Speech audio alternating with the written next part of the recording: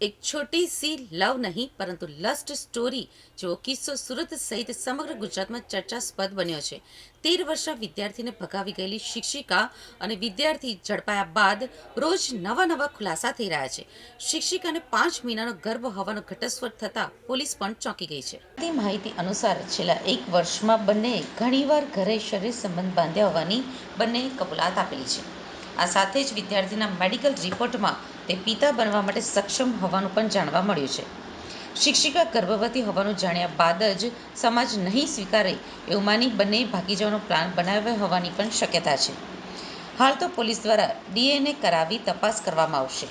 સુરતના પૂણા વિસ્તારમાં રહેતા કરિયાણાના દુકાનદારના 5મા ધોરણમાં અભ્યાસ કરતા 13 વર્ષીય વિદ્યાર્થીને તેની 23 વર્ષીય ટ્યુશન કમ સ્કૂલ શિક્ષિકા માનસી 25મી એપ્રિલે બપોરે 2 વાગ્યે ભગાવી જવાની ઘટના શહેરમાં ચકચારી બની ગઈ છે.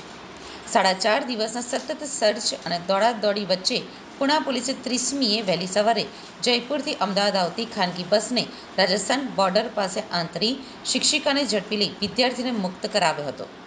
પોલીસની તપાસમાં આ બંને વચ્ચે છેલ્લા 1 વર્ષથી પ્રેમ સંબંધ હોવાનું બહાર આવ્યું હતું. 23 વર્ષીય શિક્ષિકા જે 13 વર્ષીય વિદ્યાર્થીને ભગાડી ગઈ હતી તેની સાથે પ્રેમ સંબંધ અને તેની સાથે શરીર સંબંધ પણ બાંધ્યા હોવાનું બહાર આવતા મામલો ગંભીર બન્યો હતો.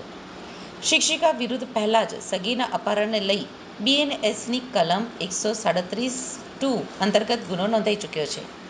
4.5 દિવસ બાદ આ શિક્ષિકા ઝડપાઈ હતી. શિક્ષિકા અને સગીર વચ્ચે શારીરિક સંબંધ હોવાનું બહાર આવતા પોલીસે આ શિક્ષિકા વિરુદ્ધ બાળકના યૌન શોષણ બદલ પણ કલમનો ઉમેરો કર્યો હતો. આ શિક્ષિકા વિરુદ્ધ પોક્સોની કલમ 4, 8 અને 12નો ઉમેરો કરવામાં આવ્યો હતો. શિક્ષિકાના શારીરિક શોષણનો ભોગ બનેલા 13 વર્ષીય વિદ્યાર્થીએ પોલીસે નિવેદનમાં જણાવ્યું હતું કે ધોરણ 5માં તે અભ્યાસ કરે છે. ટીચર તરીકે માનસી સ્કૂલમાં ભણાવે છે તેમજ પોતાના ઘર પાસે માનસી ટીચર રહે છે અને તેના ઘરે ટ્યુશનમાં તે જાય છે. ટ્યુશન માટે જતો ત્યારે માનસી ટીચરે પોતાના ઘરે કોઈ જ ન હતું ત્યારે તેના કહેવાથી એક વખત શરીર સંબંધ બાંધ્યો હતો. ગત 25મી એપ્રિલના રોજ પોતાના ઘર નીચે રમતો હતો ત્યારે ટીચરે કહ્યું કે સ્કૂલ પાસે આવો. જેથી સ્કૂલ પાસે જતા ત્યાંથી માનસી ટીચર પર્વત પાટ્યા ત્યાંથી વીઆર મોલ ફરવા લઈ ગયા હતા. ત્યાંથી પરત સુરત સ્ટેશન આવી બસમાં બેસીને વડોદરા શહેર ગયા હતા. વડોદરા ખાતે રાત્રિના હોટલમાં રોકાણ કર્યું હતું ત્યારે માનસી ટીચરના કહેવાથી તેની સાથે એક વખત ફરી શરીર સંબંધ બાંધ્યો હતો. ત્યારબાદ ત્યાંથી નીકળી અમદાવાદ ગયેલા, ત્યાં આખો દિવસ શહેરમાં ફરેલા. ત્યારબાદ રાત્રિના બસમાં બેસીને જયપુર ખાતે ગયેલા, ત્યાં એક દિવસ રોકાયેલા. ત્યારબાદ ત્યાંથી દિલ્હી ગયેલા અને ત્યાંથી વૃંદાવન ગયેલા, ત્યાં મંદિરમાં દર્શન કરીને પરત જયપુર ગયા હતા. ત્યાંથી પરત અમદાવાદ આવ્યા હતા ત્યારે વચ્ચે રસ્તામાં પોલીસે અમને પકડ્યા હતા. આ શિક્ષિકા સગીરને 3 વર્ષથી અભ્યાસ કરાવી રહી હતી. શિક્ષિકાએ મુગ્ધાવસ્થામાં પ્રવેશી રહેલા વિદ્યાર્થી સાથે ફિઝિકલ રિલેશન સ્થાપ્યા હતા.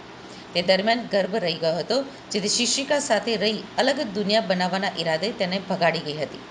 સુરતથી ભાગીને વડોદરા ગેસ્ટ હાઉસમાં રાત્રિ રોકાણ દરમિયાન શિક્ષિકાએ તેની સાથે શારીરિક સંબંધ બાંધ્યા હતા. પોલીસે શિક્ષિકાના 1 દિવસના રિમાન્ડ મેળવ્યા છે, જેથી પૂણા પોલીસ આ હોટલ ખાતે તપાસ અર્થે જશે. તેના સીસીટીવી સહિતના પુરાવાઓ એકત્રિત કરવામાં આવશે.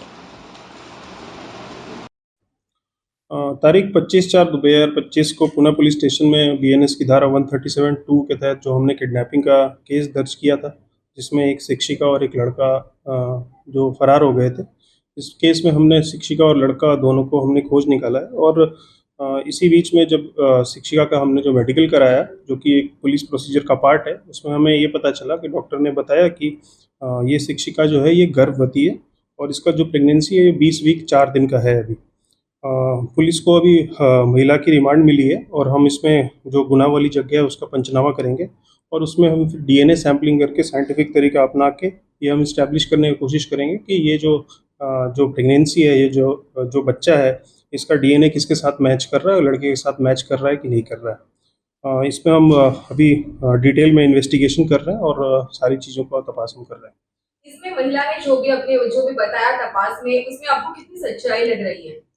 नहीं, जब तक हमें कोई जो प्रेगनेंसी है that is a scientific fact, वो प्रेगनेंसी है, टेस्ट में पॉजिटिव है प्रेगनेंसी और 20 वीक 4 दिन का बच्चा है, तो अभी तक तो जितना उसने बोला है कि हाँ मतलब उसने बोला है कि ये बच्चा है जो है उस लड़के के साथ जो सेक्सुअल इंटरकोर्स हुआ उसके कारण जो हुआ है, लेकिन अभी हम ये इस्टेब्लिश करना हमें पड़ेगा कि ये जो बच्चा है वो उसी का है या किसी और का है। इसके लिए हम डीएनए सैंपलिंग के बिना हम बता नहीं सकते इस चीज़ को। किशोर के साथ कोई पूछताछ हुई आपकी, उसका क्या कहना है?